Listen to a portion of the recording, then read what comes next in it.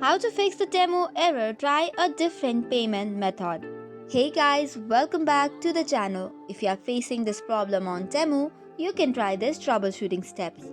First and foremost, you can try a different payment method.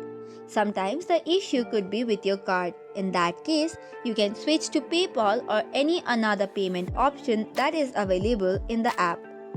Once this is done, your problem should be fixed. However, if it does not, long press your TEMU app and go to App Info. Then tap on Storage and Cache and then on Clear Cache. Once this is done, relaunch the application and head to Payment. This should probably fix the issue. This helps reset the app's temporary data and fix issues caused by old cache files.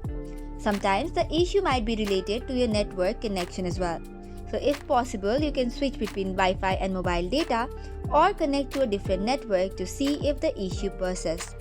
However, if nothing helps, you might have to contact the help center or support.